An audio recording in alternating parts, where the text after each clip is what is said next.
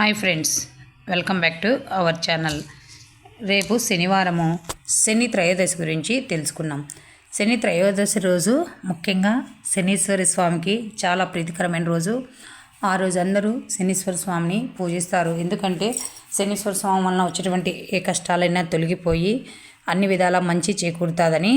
మరి రేపు శనివారం రోజు చాలామంది శనీశ్వర స్వామి టెంపుల్కి వెళ్ళి ఆయనకు అభిషేకం చేయించడము, అంటే తైలంతో అభిషేకం చేయించడము, లేకుంటే నవగ్రహాల చుట్టూ తిరగడము ఇలా చేస్తూ ఉంటారు.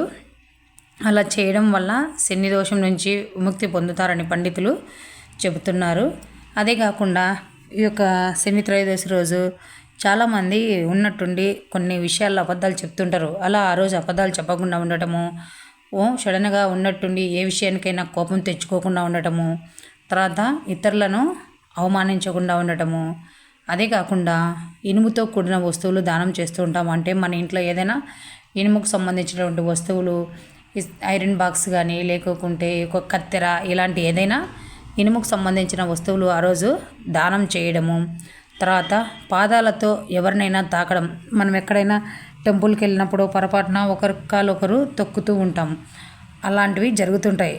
అది జరగకుండా ఉండడము. తర్వాత మాంసం తినడం, చాలామంది రోజులతో పని లేకుండా ఎప్పుడు పడితే అప్పుడు మాంసం తింటూ ఉంటారు. అలా తెలియకుండా శనివారం రోజు మాంసం తినడము, మద్యం సేవించడము, అంటే చాలామందికి ఈ రోజులలో అలవాటే మద్యం సేవించడం. అంటే వాళ్ళకున్న సమస్యలు తగ్గించుకోవడానికి ఏదో మద్యం సేవిస్తే తగ్గుతుంది అన్నట్టు దానికి బానిస అయిపోయింటారు.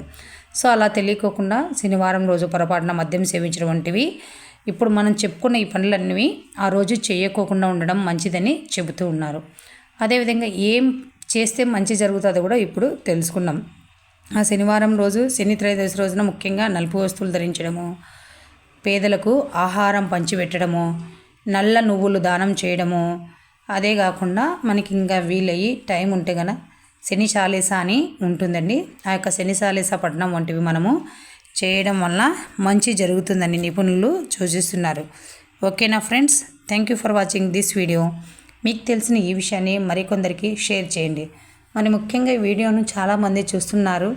మీకు నచ్చినట్టయితే లైక్ చేయండి, కామెంట్స్ చేయండి. ఎందుకంటే ఈ విషయాన్ని అలా చూడడం వలన చాలామంది ఈ యొక్క వీడియోని చూసే అవకాశం ఉంటుంది. ఓకేనా ఫ్రెండ్స్.